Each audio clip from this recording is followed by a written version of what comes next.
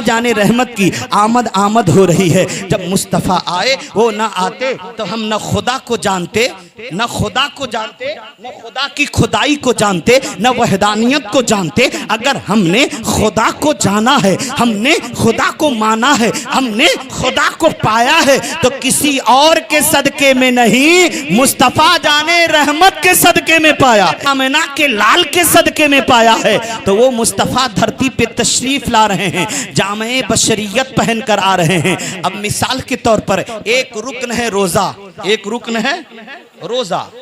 अब हमें एक महीना रोजा रखना है।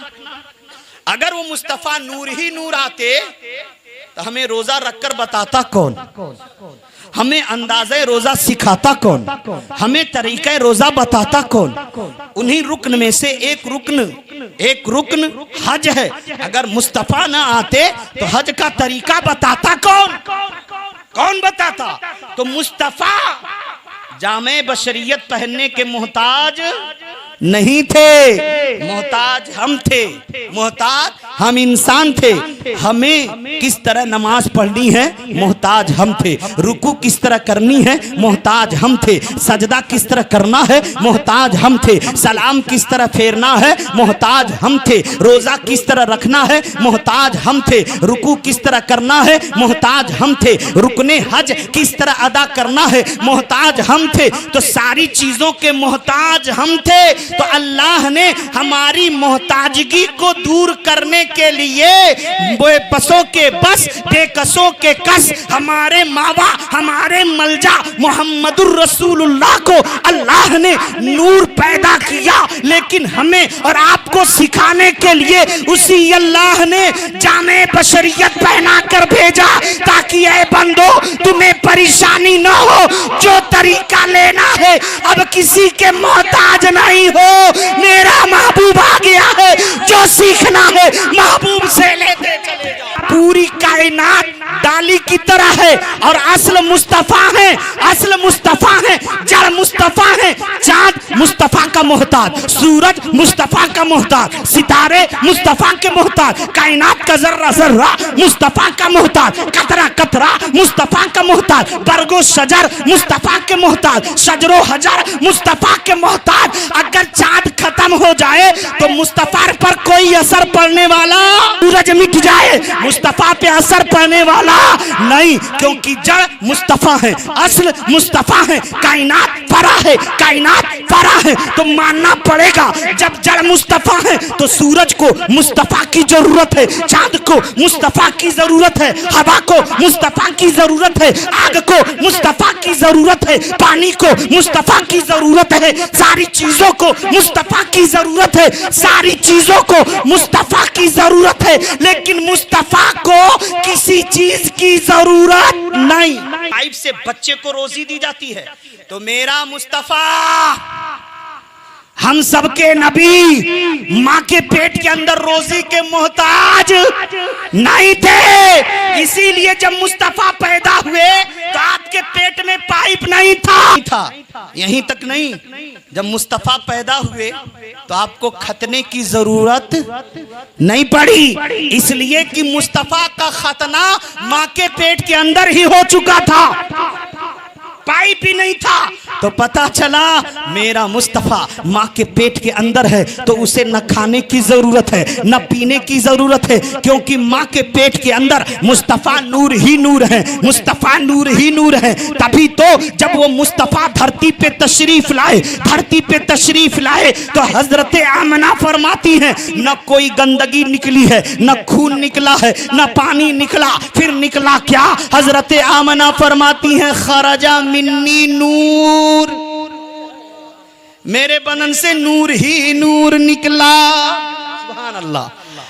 मुस्तफ़ा दुनिया में आ रहे हैं, मुस्तफ़ा के बदन के साथ न पानी है, न खून है, न ग़िलाज़त है, न गंदगी है, बल्कि आमना फरमाती हैं खरजा मिन्नी नूर फ़अज़ा लहू क़ुसूर अस्साम व अस्वाक़हा फ़राइतु अस्वाक़हा व अस्तबलहा। हज़रत आमना फरमाती हैं जब मेरा नूर नज़र दुनिया में आया है तो उसके बदन के साथ नूर ही नूर, नूर ही नूर आ गए मेरे हुजूर, नूर ही नूर अब सवाल ये पैदा होता है, जब नबी आए तो नूर ही नूर, और जब मेराज में जाए हुजूर ही हुजूर। नबी का आना है तो नूर ही नूर, और जब मेराज में जाए तो हुजूर ही हुजूर। इसलिए मुस्तफा दुनिया में नूर बनकर आ रहे हैं। ए दुनिया वालों, उनके चेहरे का जलवा देख लो, और मेराज में जा रहे हैं हुजूर ही हुजूर। ए दुनिया वालों, उनके तलवे का जलवा जाए तो कदमों के तलवों का जलवा देखो। हजरत आमना फरमाती हैं, खरजा मिन्नी नूर फअदा लहु कुसूर शाम फराइतु अस्तबलहा व अस्वाक़हा। हजरत आमना फरमाती हैं, जब मेरा बेटा दुनिया में आया है, जब मोहम्मद रसूलुल्लाह दुनिया में आए हैं, उनके बदन के साथ नूर ही नूर निकला। ऐसा नूर निकला कि उस नूर की रोशनी में मैं अपने घर के अंदर बैठी बैठी मुल्क शाम के महल्लात को देख लिया। यहीं तक नहीं, फराइतु अस्वाक़हा वास्तबलहा। मुल्क शाम के बाजार कहाँ है, हजरत आमना अपने घर में बैठी बैठी देख रही हैं। वास्तबलहा, और कहाँ घोड़े बांधे गए हैं, कहाँ जानवर बांधे गए हैं। हजरत आमना अपने घर में बैठी बैठी सब नजारा कर रही है। नबी के बदन से नूर निकला, पॉइंट की है, नबी के बदन से नूर निकला।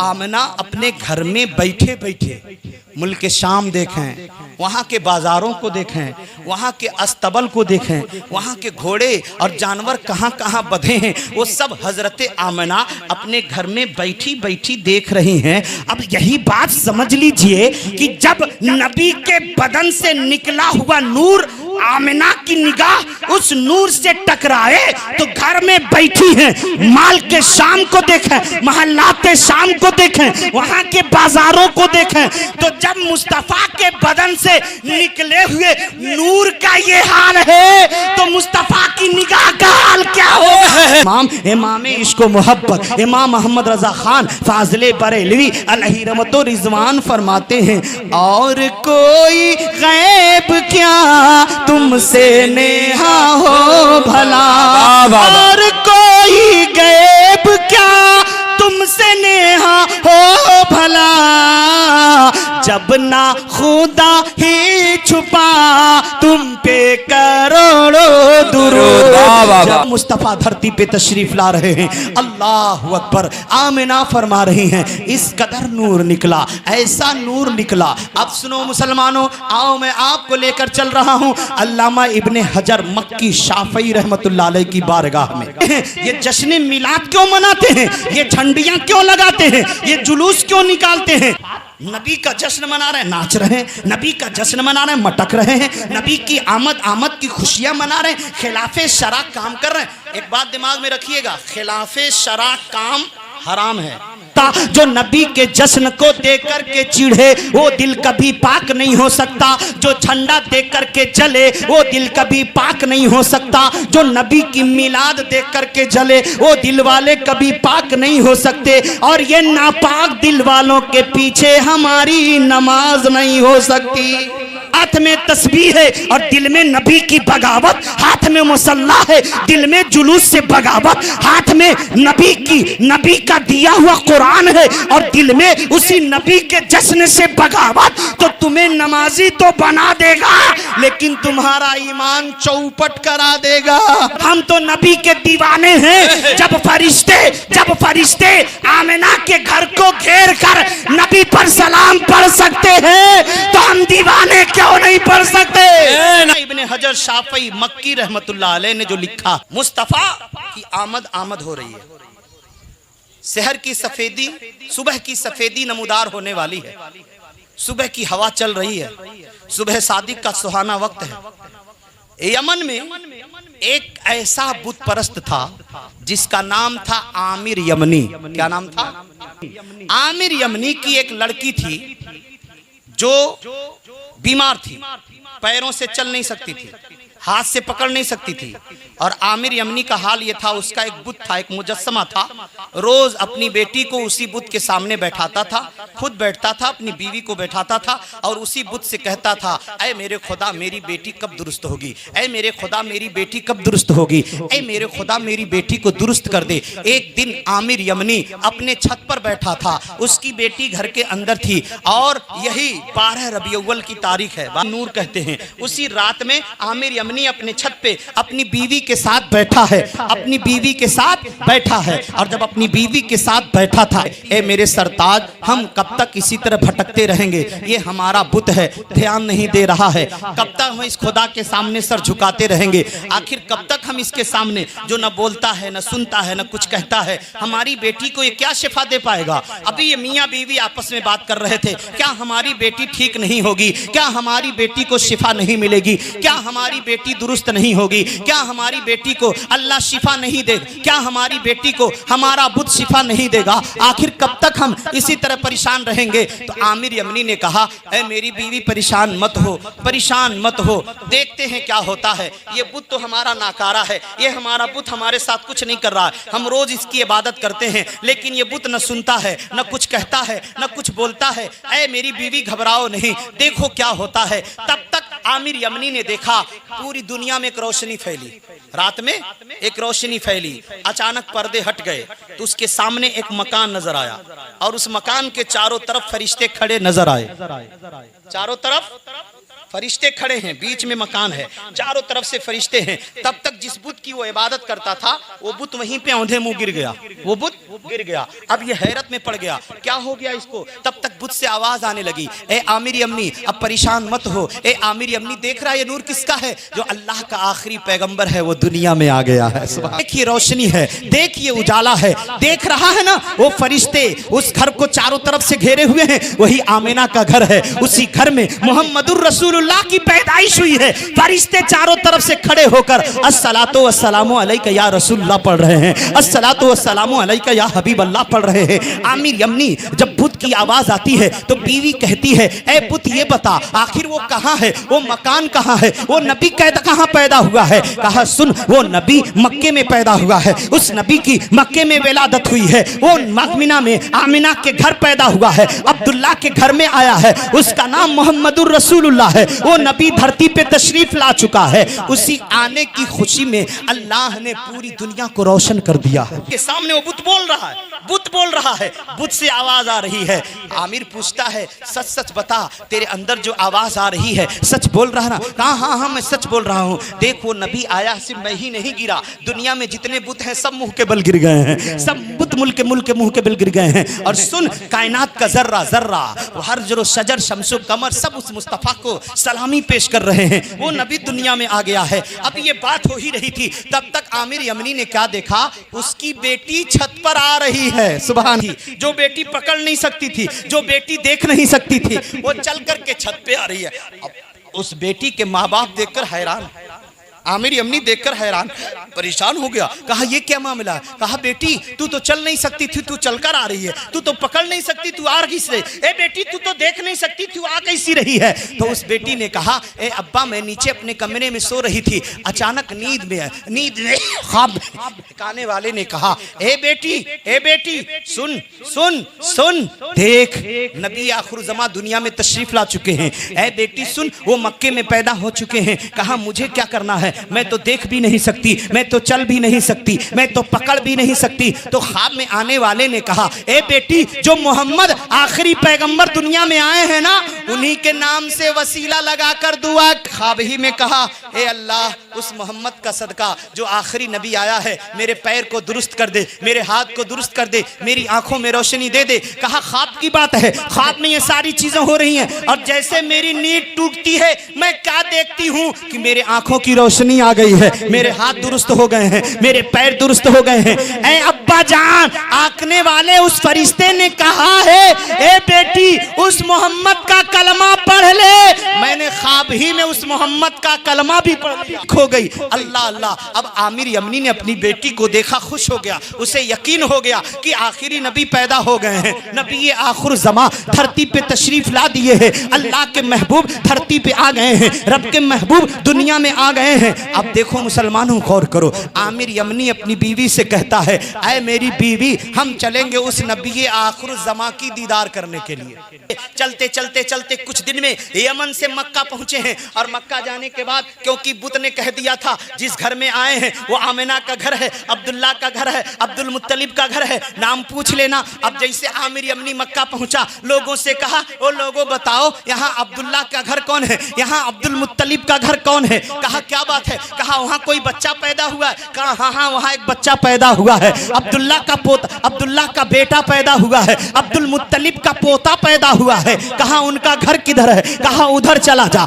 ऐसे ऐसे जाना, उनके दरवाजे पर पहुंच जाओगे। अब आमिर यमनी अपनी बीवी और अपने बच्ची को लेकर के रसूल पाक के घर पहुंचा है, हजरत आमिना के दर पर पहुंचा है। दरवाजा खटखटाया, हजरत आमिना आती हैं। कहा कौन हो, कहा मैं यमन से आ रहा हूं, मेरा नाम आमिर है, मैं यमन से आया हूं। ऐसा ऐसा मैंने सुना, मैं बुत की पूजा करता था, बुत की इबादत करता था, लेकिन आज रात मेरा बुत मुंह के बल गिर गया। मेरे बुत ने बताया है कि एक बच्चा पैदा हुआ है, ये मेरी बेटी है, जो चल नहीं सकती थी, जो बोल नहीं सकती थी, जो सुन नहीं सकती थी, जो देख नहीं सकती थी। मेरी बेटी दुरुस्त हो गई है। उसी बच्चे की आमद की खुशी में देखो मेरी बच्ची दुरुस्त हो गई है। मैं उस आने वाले पैकरे नूर की जियारत करना चाहता हूँ, आने वाले प्यारे की मैं जियारत करना चाहता हूँ। हजरत आमिना ने कहा नहीं नहीं, मेरे बच्चे के दादा ने मना कर दिया है, क्योंकि यहूदियों से डर था कोई यहूदी मेरे बच्चे को तकलीफ न पहुंचा दे, क्योंकि यहूदी इसी ताक में थे, वो नबी आ गया है, तकलीफ पहुंचाने के ताक में थे, मारने के ताक में थे, कत्ल करने के ताक में थे, क्योंकि उनको सबसे बड़ी तकलीफ ये हुई थी अब नबूवत बनी इसराइल से बनु इस्माइल में चली गई है, इसलिए उन्हें तकलीफ थी, उन्हें दर्द था, उन्हें तकलीफ थी। अल्लाह अल्लाह। अब आमिर यमनी ने जब इतना कहा, मैं यमन से इसीलिए आया हूं कि उस बच्चे का दीदार कर लिया, लेने दीजिए। आखिरकार हजरत आमिना ने कहा जल्दी करें, मैं घर में जा रही हूं, आइए। अब गए, और जैसे आमिर यमनी अंदर गए, नबी पाक एक सफेद चादर में लपेटे गए थे, एक सफेद चादर में लपेटे गए थे। आमिर यमनी गया और वहीं बैठ गया, नबी के कदम दिख रहे थे, कदमों को पकड़ा और नबी के कदमों को चूमने लगा। नबी के कदम को अपने सर पे रखा, अपने चेहरे पे रखा, अपने सीने पे रखा, चूम रहा है, चूम रहा है। चूमते चूमते हजरत आमिना ने कहा, ए इंसान, ए आमिर, अब तुम यहाँ से जाओ, इस बच्चे के दादा आ जाएंगे, तुम्हें देखेंगे नाराज होंगे। अब आमिर यमनी आमिना रदियल्लाहु ताला अन्हा के घर से बाहर निकला और चला। जैसे कुछ देर चला, अपनी बीवी से कह रहा है, मेरा जाने का दिल नहीं कर रहा है, मैं उस प्यारे बच्चे को छोड़कर जाना नहीं चाहता, फिर मेरी तमन्ना हो रही, फिर मैं उस बच्चे को देखूं। अब बीवी ने कहा, अजी देखो ना, अभी आमिना ने क्या कहा है, बार बार मत आना, मेरे बच्चे के पास से चले जाओ, दादा को दुख होगा, दादा नाराज होंगे। आमिर यमनी ने कहा, कुछ भी हो, चाहे कोई नाराज हो, चाहे कुछ भी हो, मुझे दोबारा उस बच्चे को देखना है, दोबारा मुझे उस बच्चे के पास लेकर चलो। आमिर यमनी दोबारा वापस गया हजरत आमिना के दरवाजे पे। हजरत आमिना ने कहा, अब क्या हुआ? कहा, फिर मैं उस बच्चे को देखना चाहता हूँ। हजरत आमिना कहती है, दादा नाराज होंगे, नहीं मुझे दिखा दीजिए, मैं देखना चाहता हूँ, बड़े दूर से मैं इसी बच्चे के इश्ताक में आया हूँ, इसी बच्चे की मोहब्बत में आया हूँ, मुझे दिखा दीजिए। आखिरकार हजरत आमिना ने कहा, ठीक है। दरवाजा खोलती हैं, वो आमिर यमनी अंदर गया है, नबी पाक के चेहरे को देखा, बैठ गया, कदमों को पकड़ा और कदमों को पकड़ कर चूमा और अपने सर पर रखा, एक जोरदार चीख मारा और चीख मारते ही उसके बदन से रूह निकल गई और उनके आने का जलवा यमन में देखा जा रहा है।